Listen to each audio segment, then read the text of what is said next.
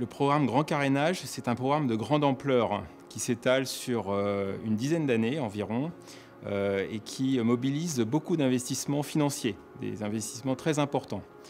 Ce programme vise à moderniser et rénover l'ensemble de nos centrales nucléaires. Alors évidemment, toute la filière nucléaire française y contribue, que ce soit EDF, Framatome, mais aussi toutes les entreprises, on en compte à peu près 2600, et bien sûr la R&D y a une part très importante. Donc l'objectif principal, l'enjeu principal, c'est de réussir ce programme techniquement, industriellement, car on fera appel à l'ensemble de la filière nucléaire française, mais il faudra aussi respecter les échéances, respecter le budget et réaliser le programme avec la qualité qui est requise.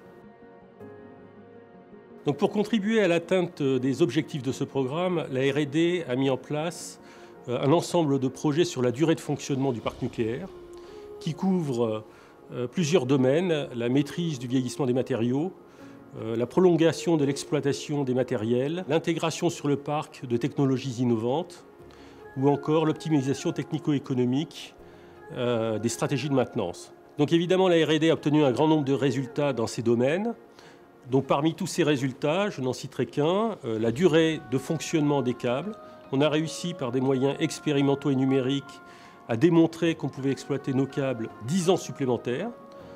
Évidemment, c'est un résultat très important car il permet d'éviter un certain nombre de remplacements prématurés et donc d'étaler la charge de travail du programme Grand Carénage. On développe également ce qu'on appelle des jumeaux numériques des composants. Alors, un jumeau numérique, c'est une sorte de copie digitale d'une installation physique, que ce soit une enceinte, un gros composant mécanique. Et donc ce jumeau numérique, il a vocation à capitaliser un certain nombre de données, à les visualiser aussi, et puis à simuler le fonctionnement de ce composant, et aussi de prédire son évolution. On en a déjà réalisé quelques-uns sur l'enceinte par exemple, les générateurs de vapeur, et là on s'attelle aux réacteurs. La R&D pour l'avenir du nucléaire, elle est organisée au sein d'un programme qu'on a baptisé Usine nucléaire du futur, qui capitalise un ensemble de grandes actions de la R&D, souvent des projets en rupture, qui visent à développer de nouvelles recherches pour le futur. Par exemple, au sein de cette usine nucléaire du futur, on développe beaucoup de choses autour des technologies innovantes et surtout autour du numérique. On a par exemple l'immersion 3D, la réalité augmentée. On a aussi l'assistant vocal qui permettent de préparer des interventions pour de la maintenance ou des modifications. Et puis on travaille aussi sur la planification des arrêts de tranche, qui est un sujet très important.